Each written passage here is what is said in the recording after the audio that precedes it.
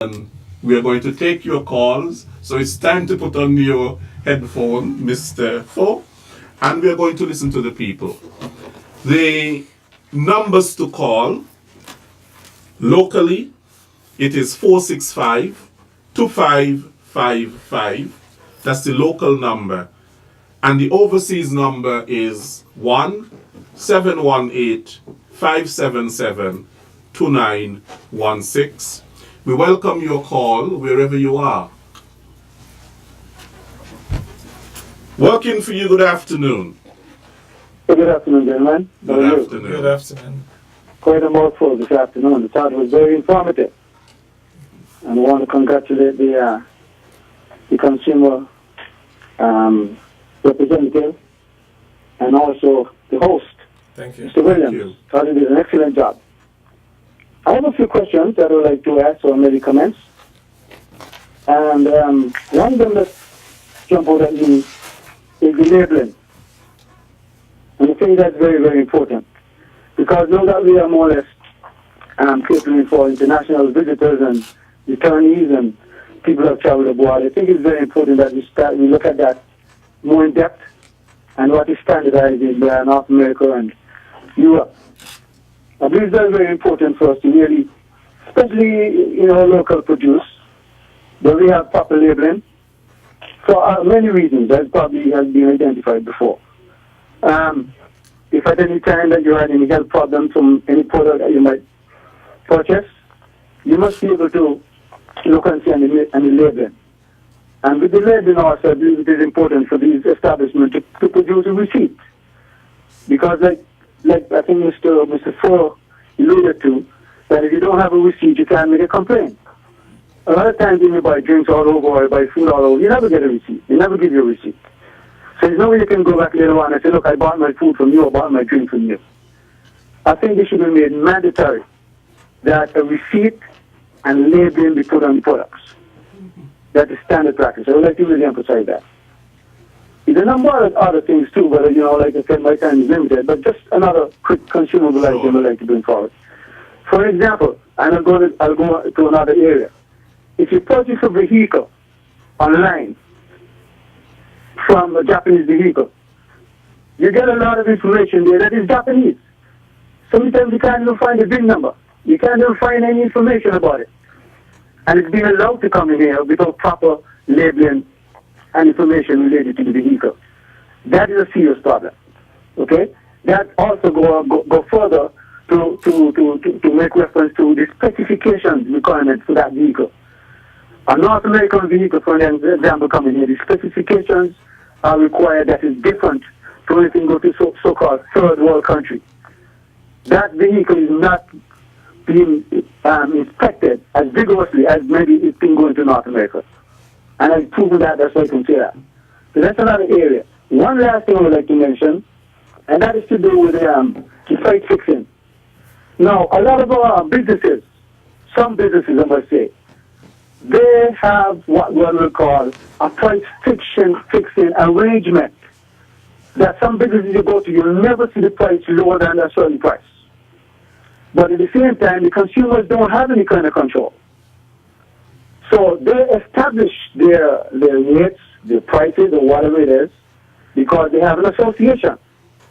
Or they have what we call an agreement among themselves, which I'm not sure how the law speaks to that. But these things are some of the things that really, all people in the Caribbean region will have a problem. Because we don't have any real good. We can't complain about this. You sell it for $50, you sell it for $25, and both of you have an agreement. So what? What can we do? So I will leave it there for now, gentlemen, and thank you very kindly for giving me this opportunity. Thank you so much. Mr. Fough, would you like to address? Working for you, good afternoon. We have another caller. Yes. Good afternoon, Mr. Williams. Good afternoon, sir. And good afternoon, Mr. Fough, whichever it is. You're one of our most faithful callers. Okay, thank you very much. It's Mr. Fough. Job is my twin brother, is he? So, I got faith. Now, I have a question. When the VAT come into being, it was said that if you're not making a certain amount for per year, then you're not you're not entitled to pay any VAT. Well, what I find is a lot of people who selling, they don't even reach the threshold to pay VAT, but then they're taking out VAT when you go in there to buy. So therefore, they're taking it out from retail lenders and they're not paying it into the government. So I want the consumer field to look into that. And certain supermarket in town, if you go in there in the morning, when you go to work and you go buy, let's say, a tin of tomato paste, you go in there, you might see it marked, let's say, well, okay, $2.05. And you turn off, so you're going home to come back. When you reach home now to take out the tomato paste, you forget that you ain't buy it. And you go back in there, go pick it up. When by the time you reach back in there, the price gone up. They put on a quart on it. And a lot of them big supermarkets in town doing it. And like how we said this morning, that you find them that they were doing something in the store with the foreign label, and all you talk to them, and they're still breaking the law. They're breaking many laws in this country because they do not respect us. They feel like because they come from big this and big that, and we small, look at mustard seed, they could come and take advantage.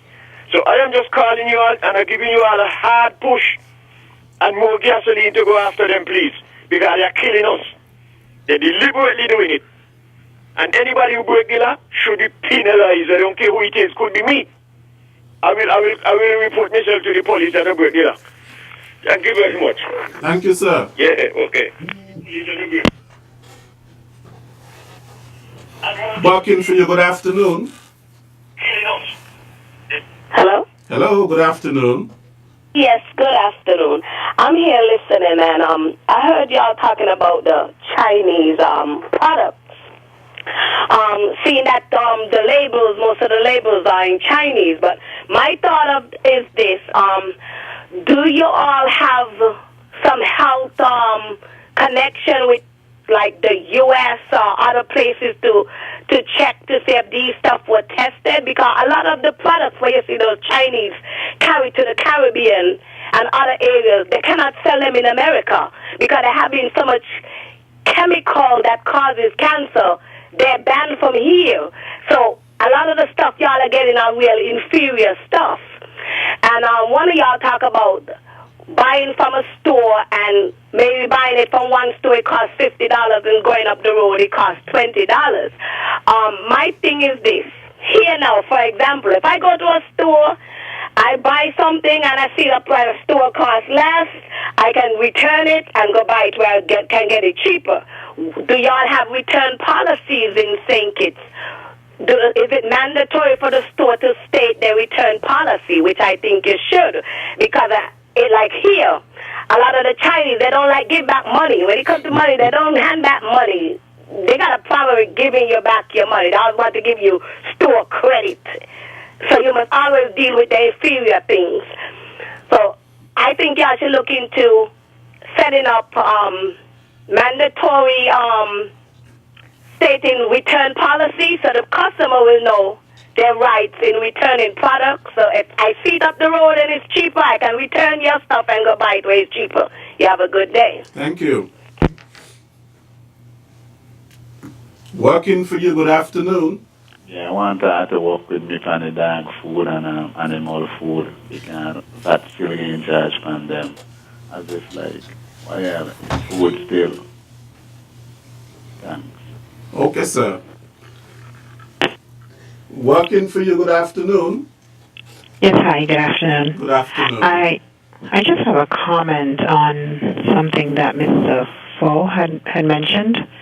He said he spoke to a particular store that was, I think their labels were all in Chinese or something to that effect. Mm-hmm. And they went back, and again, it was in Chinese.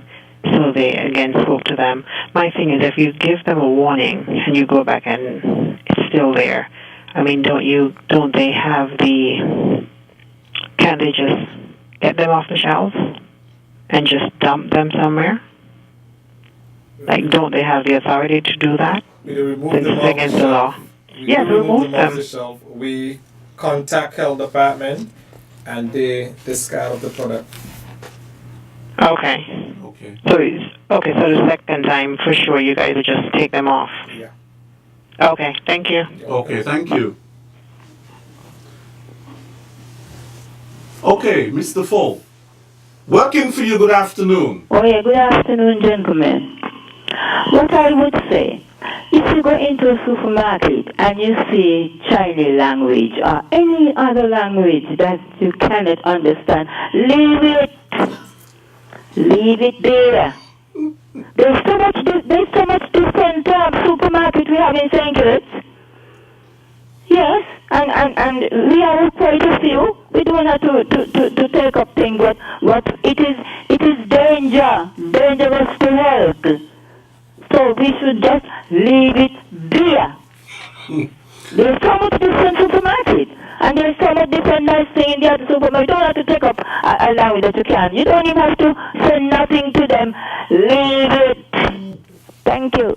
Thank you. Working for you, good afternoon. Good afternoon, Mr. Williams. Good afternoon. And good afternoon to the gentleman there, Consumer Affairs. Good afternoon. Yeah, timely program. Thank you. Now I hear the gentleman was saying that Mr. Fough Mr. was saying Fough, that yes. the expired thing them on the shelf, that they don't supposed to sell them. I think that they don't supposed to give them away neither. Because I want to ask him a question.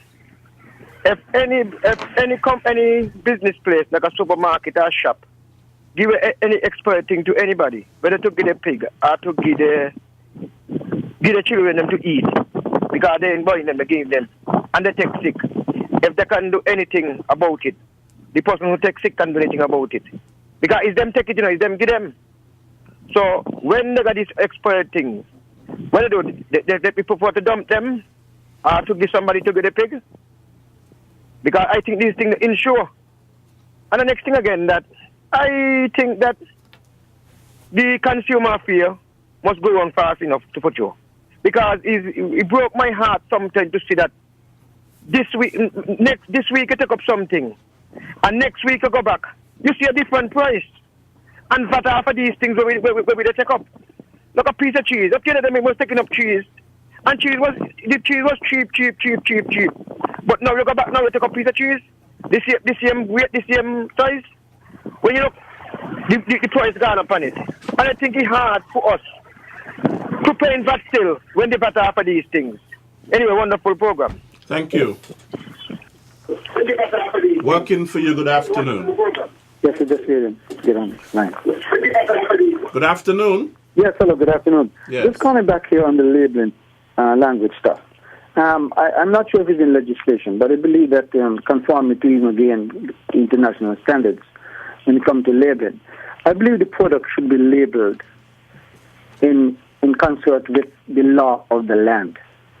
If we're here and all language here is English, the foremost description of the product should be in English on the product. Like it is in North America. Again, I refer to that because I think a lot of stuff coming from North America, you would see that you can't send something to Canada, for an example. You know, you have two official languages there, French and English, right? You cannot send something to the States unless it's in English. Anything coming here, it should be mandated before it reaches to the importer at customs. It should be stopped, so you don't have to go into the supermarket and leave it. It should be stopped right there if the product is not properly labeled.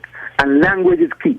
If St. Kitts English is the operating language of the country, the products coming in here must have English in it. Not when they come here to change it. It should be stopped right there before coming in. I want to emphasize that. This something should be legislated if it's not. We don't want to emphasize that because we speak in English here. Okay. So we must have it there. Unless we get another standard language like other countries might have. In Europe, for an example, in Germany, you go in there, you see an item, it's four or five languages in it. Yes. I've seen that. So I'm just bringing that to the attention here. Thank you very much. Thank you.